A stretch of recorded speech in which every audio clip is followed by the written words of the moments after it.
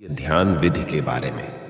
यह एक ऐसी ध्यान विधि है जिसका यदि आप मात्र 21 दिनों तक लगातार अभ्यास करते हैं तो आपकी कोई भी मनोवांछित मनोकामना, इच्छा या प्रार्थना पूरी हो जाती है। क्योंकि आपको इस ध्यान विधि का अभ्यास ब्रह्म मुहूर्त में करना है, इसलिए सबसे पहले हम ब्रह्म मुहूर्त के विषय पर विस्तार से चर्चा करेंगे और फिर ध्यान विधि के बारे में बात करेंगे। ब्रह्म मुहूर्त प्रातः काल के उस विशेष 1 घंटा 36 मिनट के समय को कहते हैं जो सुबह 4:24 से लेकर 6 बजे तक रहता है। लेकिन इस विषय में कुछ और भी मान्यताएं हैं। अगर हम प्राचीन ग्रंथों का अध्ययन करें तो उनके अनुसार रात्रि को 4 कालों में विभाजित किया गया है, जिसमें पहला काल है रुद्रकाल। रुद्रकाल शाम 6 बजे से लेकर रात्रि 9 बजे तक प्रभावी रहता है। उसके बाद दूसरा काल है राक्षस काल। राक्षस काल रात्रि 9 बजे से लेकर 12 बजे तक प्रभावी रहता है। फिर उसके बाद तीसरा काल है गंधर्व काल। गंधर्व काल रात्रि 12 बजे से लेकर भोर के 3 बजे तक प्रभावी रहता है। और फिर आता है चौथा काल, यानी कि जिसे अंतिम प्रहर भी कहा जाता है, वह है मनोहर काल। मनोहर काल भोर के 3 बजे से लेकर सुबह के 6 बजे तक प्रभावी रहता है। ब्रह्म मुहूर्त के समय की जो मान्यताएं हैं वह मनोहर काल यानी कि 3 से 6 बजे के बीच में ही पड़ती है। हालांकि विभिन्न देशों में सूर्योदय के समय में भेद रहता है, अतः कोई एक निश्चित समय ब्रह्म मुहूर्त का हर स्थान का एक ही नहीं बताया जा सकता। लेकिन यदि आप मनोहर काल के बीच में यानी भोर 3 बजे से लेकर सुबह 6 बजे के बीच में किसी भी समय जल्दी उठते हैं तो यह समय अमृत वेला यानी ब्रह्म मुहूर्त का समय ही माना जाएगा। अगर हम ब्रह्म मुहूर्त का शाब्दिक अर्थ को समझने की कोशिश करें तो ब्रह्म का मतलब होता है देव, अर्थात जो ज्ञान के देवता हैं, और मुहूर्त अर्थात समय खंड, यानी एक ऐसा समय जिसमें हम ज्ञान को समझने का प्रयत्न करते हैं। यानी कि ज्ञान को समझने का जो समय है उसको हम ब्रह्म मुहूर्त कहते हैं। ब्रह्म मुहूर्त की बहुत ही महत्वपूर्ण चर्चाएं हमारे शास्त्रों में की गई है। ब्रह्म मुहूर्त में जो ब्रह्मांड है और जो देव शक्तियां हैं वह वातावरण में विचरण करती रहती है। अगर आपकी नींद इस समय के दौरान अचानक खुल जाती है तो इसका मतलब शुभ ऊर्जाएं आपसे संपर्क करना चाहती हैं। इसलिए जब आप इस समय में उठकर ध्यान जैसी शुभ क्रियाएं करेंगे तो आपको बहुत जल्दी उन ऊर्जाओं से संपर्क स्थापित होना शुरू हो जाएगा। इसी प्रकार सभी धर्म के जो देवालय हैं, वह चाहे मंदिर हो, गुरुद्वारे हो या फिर जितने भी पूजा स्थल हैं, वह सब ब्रह्म मुहूर्त में ही खोले जाते हैं, क्योंकि यही वह समय है जब सारी नकारात्मक शक्तियां सो जाती हैं और सकारात्मक शक्तियां जागृत होती हैं। इस समय बहने वाली वायु को अमृत वायु कहा जाता है, क्योंकि सारा प्रदूषण और सारी दूषित वायु समाप्त होकर वातावरण में ऑक्सीजन के रूप में व्याप्त रहती है। और रात के समय ओस पड़ने के कारण इस समय वायुमंडल दिन की अपेक्षा काफी शीतल रहता है और मनोहर रहता है। इस समय वातावरण बिल्कुल शांत होता है और इस समय सोकर उठने के कारण हमारी मस्तिष्क की सभी क्रियाएं भी बिल्कुल शांत होती हैं। इसलिए यदि आप इस समय अपनी स्टडी करते हैं, पढ़ाई करते हैं, कोई प्लानिंग करते हैं या इंटरस्पेक्ट करते हैं या ध्यान करते हैं तो उसमें आपको बहुत लाभ मिलता है। आपने वह कहावत तो सुनी ही होगी कि जल्दी सोना और जल्दी उठना सफलता की प्रथम सीढ़ी है। इसलिए यदि आप भी सफल होना चाहते हैं तो ब्रह्म मुहूर्त में उठना शुरू करें। इससे आपको बहुत सफलता मिलेगी। एक्चुअली प्राचीन काल में इलेक्ट्रिसिटी नहीं होती थी, इसलिए लाइट नहीं रहने पर लोग सूर्यास्त के बाद सो जाते थे और सूर्योदय से पूर्व यानी ब्रह्म मुहूर्त में ही उठ जाया करते थे। यह प्रकृति के साथ चलने की उनकी एक पद्धति थी। अतः जो भी व्यक्ति प्रकृति के साथ संतुलन बनाकर चलता है वह हमेशा स्वस्थ ही रहता है। और यह भी देखा गया है कि जो लोग प्रातः काल जल्दी उठते हैं वह बिल्कुल स्वस्थ रहते हैं, और अक्सर वह लोग जो नाइट शिफ्ट में काम करते हैं उनको स्वास्थ्य संबंधी समस्याएं आने लगती हैं। कहने का तात्पर्य यह है कि अगर आप प्रकृति के साथ मेल झोल बनाकर चलते हैं तभी हम स्वस्थ रहते हैं। लेकिन अगर हम प्रकृति के खिलाफ चलना शुरू हो जाएं तो हमें शारीरिक रूप और मानसिक रूप से समस्याएं। मित्रों, अब तक आप समझ चुके होंगे कि ब्रह्म मुहूर्त क्या है और इसका महत्व क्या है। अब हम बात करते हैं 21 दिवसीय ध्यान विधि के बारे में।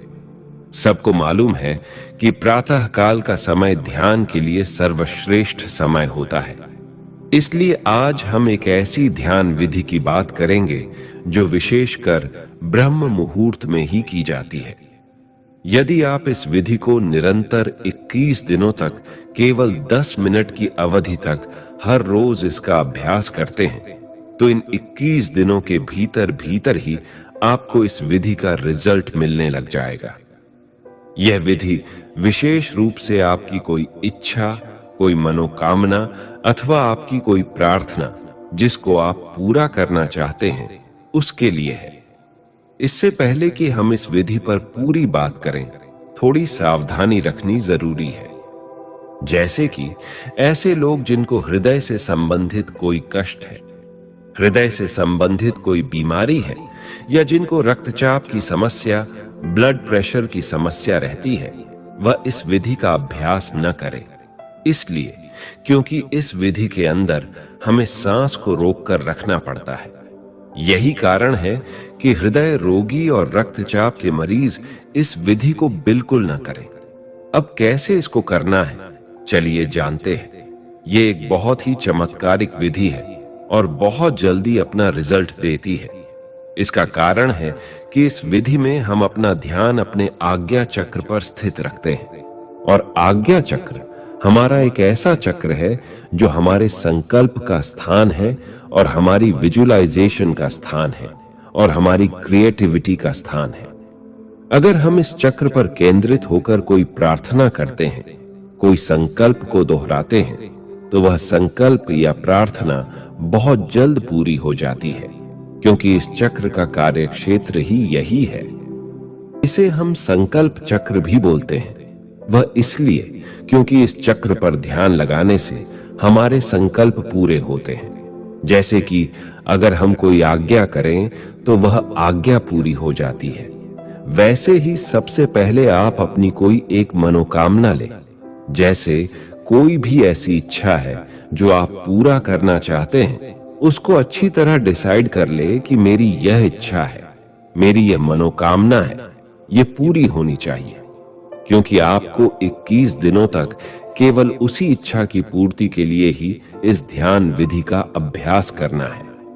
इसलिए सबसे पहले आप अपनी एक इच्छा डिसाइड कर लें, फिर अपना ध्यान शुरू करें। सबसे पहले अर्ली मॉर्निंग यानी किसी ब्रह्म मुहूर्त के समय आप उठेंगे, और उठने के बाद फ्रेश होकर नहा धो लें तो अच्छी बात है। नहीं तो सिर्फ अगर मुंह हाथ भी अच्छी तरह से धो लेंगे तो भी चलेगा। और फिर उसके बाद आप अपने घर के मंदिर में, पूजा स्थल में या अपने ध्यान कक्ष में ध्यानस्थ होकर बैठ जाएं। ध्यान रखें कि वो जगह ऐसी हो जहां से बाहर की प्राणवायु भी आपके कमरे के भीतर प्रवेश करती हो। क्योंकि इस विधि को हम प्रातः काल ब्रह्म मुहूर्त में करते हैं, अतः इस समय आपको शुद्ध प्राणवायु की जरूरत रहेगी। तो ऐसे स्थल पर बैठना है जहां पर खुली हवा आपको अपने रूम में आती रहे। और जब आप ध्यानस्थ होकर बैठे तो कमर सीधी करके और गर्दन सीधी करके दोनों हाथों को घुटनों पर रखकर बैठ जाएं। इसके बाद मुट्ठी बंद कर लें और पहले 2-3 मिनट अपने मन को शांत करें और शरीर को स्थिर करें। जब आपका मन शांत हो जाए, शरीर स्थिर हो जाए तथा श्वास सामान्य हो जाए, फिर आपको अपना ध्यान अपनी आज्ञा चक्र पर लेकर जाना है।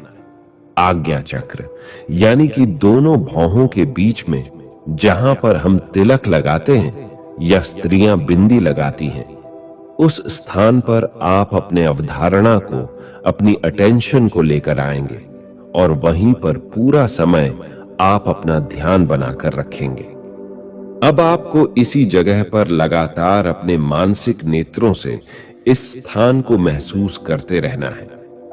जब आप अपने मानसिक नेत्रों से इस स्थान को महसूस करते रहेंगे तो अपना ध्यान यहां पर बनाए रखेंगे।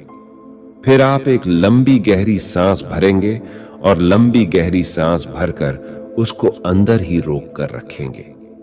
जब आप अपनी सांस को अंदर भरकर रोक लेंगे और उस दौरान आपका ध्यान भी आज्ञा चक्र पर टिका रहेगा, उस समय आप अपने इष्ट देवी देवता या गुरु का चित्र अपने आज्ञा चक्र पर देखेंगे और अपने इष्ट देवी देवता या गुरु का चित्र अपने आज्ञा चक्र पर देखते हुए और सांस को अंदर रोक कर रखते हुए आप प्रार्थना या संकल्प करेंगे या अपनी इच्छा को दोहराएंगे। जो भी आपकी इच्छा है, एक लाइन में उसको दोहराना है कि हे गुरुदेव या है मेरे परमात्मा, जिनको भी आप मानते हैं, उनके आगे आप प्रार्थना करेंगे कि मेरी इच्छा पूरी हो। और तब तक आप उस इच्छा को दोहराते रहेंगे जब तक आपके अंदर उस सांस को अंदर रोक के रखने की क्षमता है। वो सांस अपने अंदर 10 सेकंड भी रोक सकते हैं, 20 सेकंड भी रोक सकते हैं या फिर 30 सेकंड भी रोक सकते हैं। जितना हो सके मैक्सिमम टाइम तक बिना कष्ट के आप अपनी सांस को अंदर रोक सकते हैं। इसके बाद ध्यान आज्ञा चक्र पर बनाए रखेंगे और अपने मन की आंखों से अपने इष्ट देवी देवता या गुरु का स्मरण करते रहेंगे और बार बार अपनी इच्छा को रिपीट करते रहेंगे तब तक जब तक कि आपकी सांस अंदर रुकी हुई है। जब आपको लगे कि इससे ज्यादा आप अपने सांस को अंदर नहीं रोक सकते हैं तो फिर धीरे से मुंह से सांस को बाहर निकाल देंगे। याद रखें कि आपको अपनी सांसों को नाक से भरना है और बाहर मुख से निकालना है। इस तरह ये एक चक्र हुआ। फिर आप 15 या 20 सेकंड तक थोड़ा सा रेस्ट करेंगे और सामान्य स्थिति में बैठे रहेंगे। रेस्ट के बाद तुरंत दूसरा चक्र शुरू करना है, यानी कि फिर से एक लंबी गहरी सांस भरना है, सांस को अंदर ही रखना है। फिर अपने ध्यान को आज्ञा चक्र पर टिकाना है। इसके बाद अपने मन में इष्ट देवी देवता अथवा अपने गुरु का चित्र निहारना है और इन सभी चीजों के साथ दोबारा अपनी प्रार्थना को फिर से रिपीट करना है। अपने संकल्प को, अपनी इच्छा को फिर से दोहराएंगे और तब तक दोहराते रहेंगे जितनी देर आपकी सांस अंदर रुकी रहेगी। और जब आपको लगे कि इससे ज्यादा आप सांस को नहीं रोक सकते तो सांस को मुंह से बाहर निकाल दें और फिर कुछ सेकंड तक रेस्ट करें। इस तरह ये 2 चक्र हुआ। ऐसे आपको लगातार बीच में रुक रुक कर कुछ सेकंड रेस्ट करते करते अपनी इच्छा को बार बार आपको दोहराते जाना है और लगभग 10 मिनट तक आपको ऐसा 21 दिनों तक हर रोज करना है। क्योंकि यह एक पूरी विधि है, इसलिए आपको 21 दिनों तक सच्चे मन से इसे पूरा करना ही करना है। तभी आपकी सारी इच्छाएं पूरी हो सकती हैं।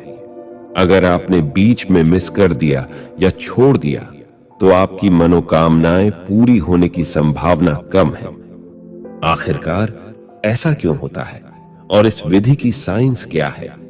पहली बात, हमारा आज्ञा चक्र, जैसे मैंने आपको पहले भी बताया है, यह हमारा संकल्प का स्थान है, यह हमारे विजुअलाइजेशन का स्थान है, यह हमारा आज्ञा का स्थान है। तभी इसका नाम आज्ञा चक्र पड़ा है। इसलिए जब हम इस स्थान पर आकर कोई आज्ञा करते हैं, कोई प्रार्थना करते हैं या फिर कोई संकल्प करते हैं तो वह आज्ञा, वह संकल्प, वह प्रार्थना पूर्ण हो जाती है। हम जो भी आज्ञा चक्र पर केंद्रित होकर कोई ऐसी चीज की डिमांड करते हैं तो वह डिमांड पूरी हो जाती है, क्योंकि यह इच्छा पूर्ति का स्थान है। और दूसरी बात, जब हम इस प्रकार से सांस को अंदर रोकते हैं तो क्या होता है, इससे हमारी पूरी बॉडी में एक इमरजेंसी की सिचुएशन आ जाती है। जब हम इतनी देर तक सांस को रोकते हैं तो क्या होता है, हमारा दिमाग रुक जाता है, हमारे विचार रुक जाते हैं। ऐसा क्यों होता है? ऐसा इसलिए होता है क्योंकि अब आपके पास लग्जरी नहीं है आराम से विचार करने की। अब एक आपातकालीन स्थिति है। ऐसी स्थिति में आप विचार नहीं कर पाएंगे। इसलिए जब आप अपना सारा ध्यान अगर किसी एक चीज को चुनकर लगाएंगे तो उसी स्थान पर आपका ध्यान लगा रहेगा, यानी कि आपका मन पहले से ज्यादा एकाग्र हो जाएगा। तो जब आप सांस को भरकर रोकते हैं तो यह दूसरी महत्वपूर्ण चीज है। और तीसरी बात यह है कि जब आप इस प्रकार एकाग्र हो जाते हैं और बार बार अपनी मनोकामना को रिपीट करते हैं तो क्या होता है, इससे धीरे धीरे आपकी वह इच्छा आपके चेतन मन से अवचेतन मन में चली जाती है। यानी वह इच्छा 1 दिन बाद, 2 दिन बाद या 3 दिन बाद जो विचार आप बार बार दोहरा रहे हैं वह आपके अवचेतन मन में जाना शुरू हो जाता है, जो हमारे मन का गहरा तल है। और अगर आप किसी विचार को अपने अवचेतन मन में यानी कि अपने सबकॉन्शियस माइंड में उतार देते हैं तो लॉ ऑफ अट्रैक्शन के अनुसार वह इच्छा आपकी पूरी हो जाती है। यही इसकी साइंस है। इसमें तीनों चीजें विशेष रूप से कार्य करती हैं। पहला आज्ञा चक्र, क्योंकि यह आज्ञा का स्थान है इसलिए हमारी आज्ञा को पूरी करता है। दूसरा सांस, जब अपने अंदर रोक कर रखते हैं तो शरीर में इमरजेंसी की स्थिति हो जाती है, जिससे आप फालतू के विचार करने से बच पाते हैं और आपका मन एकदम से एकाग्र हो जाता है। तीसरी चीज, जब आप अपने अवचेतन मन को खोल रहे होते हैं तब आपकी जो इच्छा है वह आपके अवचेतन मन में चली जाती है, जिससे उस इच्छा पूर्ति के द्वार खुलने शुरू हो जाते हैं। और एक और जो सबसे महत्वपूर्ण बात है, वह आप इस विधि को ब्रह्म मुहूर्त के समय में कर रहे हैं। ब्रह्म मुहूर्त का समय की जो विशेषता है वह मैंने शुरू में ही आपको डिटेल में बता दिया है कि अगर हम कोई विधि ब्रह्म मुहूर्त के समय में करते हैं यानी प्रातः काल में करते हैं तो यह समय देवताओं का समय है, परमात्मा का समय है। अतः इस समय में आप अपने शुद्ध मन से कोई भी प्रार्थना करते हैं तो वह प्रार्थना आपकी जरूर सुनी जाती है। तो अब आप पूरी तरह समझ चुके होंगे। अगर आप भी कोई संकट में फंसे हुए हैं और आप उस संकट से बाहर निकलना चाहते हैं तो उस संकट से बाहर निकलने के लिए आप इस प्रकार से ध्यान करें। या आपकी कोई बहुत जरूरी, कोई आवश्यक इच्छा है या मनोकामना है या कोई जरूरत है जिसे आप जीवन में पूरा करना चाहते हैं तो उस इच्छा या जरूरत को आप इस विधि से अपने जीवन में पूरा कर सकते हैं। एक बात और, ऐसी कोई भी इच्छा पूर्ति के लिए इस विधि का प्रयोग न करे जिससे दूसरे का नुकसान हो, अन्यथा इसके दुष्परिणाम के जिम्मेदार आप खुद होंगे।